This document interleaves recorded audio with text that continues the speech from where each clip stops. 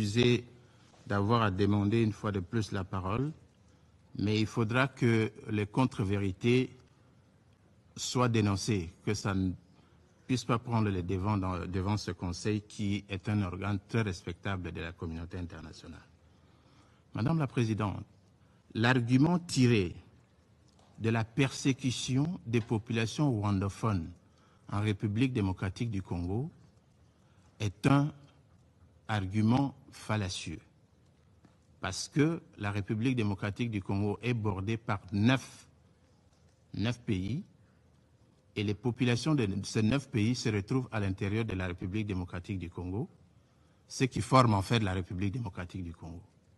Donc nous avons chez nous des Angolais, nous avons des Gabonais, nous avons des Centrafricains, nous avons des Sud-Soudanais, nous avons des Rwandais, nous avons des Burundais, nous avons des Zambiens.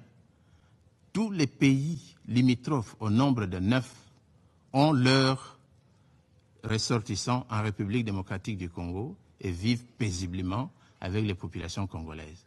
Donc il est absurde de croire qu'on ne s'en prendrait qu'aux populations rwandophones. Pour quelles raisons? Parce que nous ne voyons vraiment pas de raisons valables de nous en prendre aux populations rwandophones. Deuxièmement, les causes profondes du conflit. Nous en avons déjà parlé ici devant ce Conseil. Nous partons en 1994, lorsque le génocide a eu lieu. Le génocide s'est déroulé au Rwanda entre les Rwandais et les Hutus, qui est une majorité de la population du Rwanda, ont été accueillis par la République démocratique du Congo à la suite d'une opération militaire qui avait été autorisée par les Nations Unies.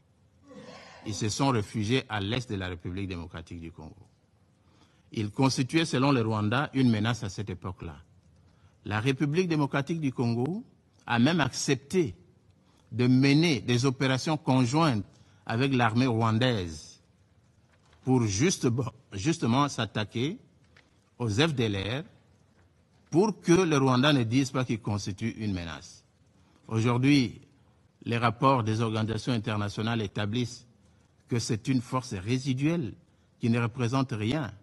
Et je l'ai dit ici devant ce Conseil, le Rwanda a déjà déclaré que les FDLR ne constituent pas une menace à sa sécurité.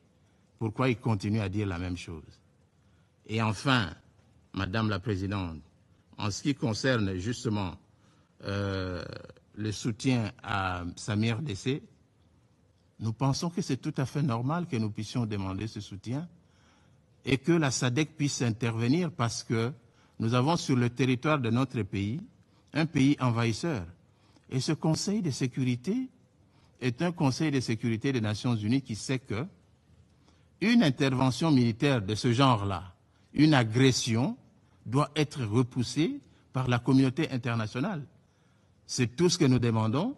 Nous demandons tout simplement au Rwanda de rentrer chez lui pour que nous restions des voisins et pour que nous puissions discuter. Tant qu'ils sont sur le territoire congolais, la discussion sera difficile. Voilà, Madame la Présidente. Je vous remercie.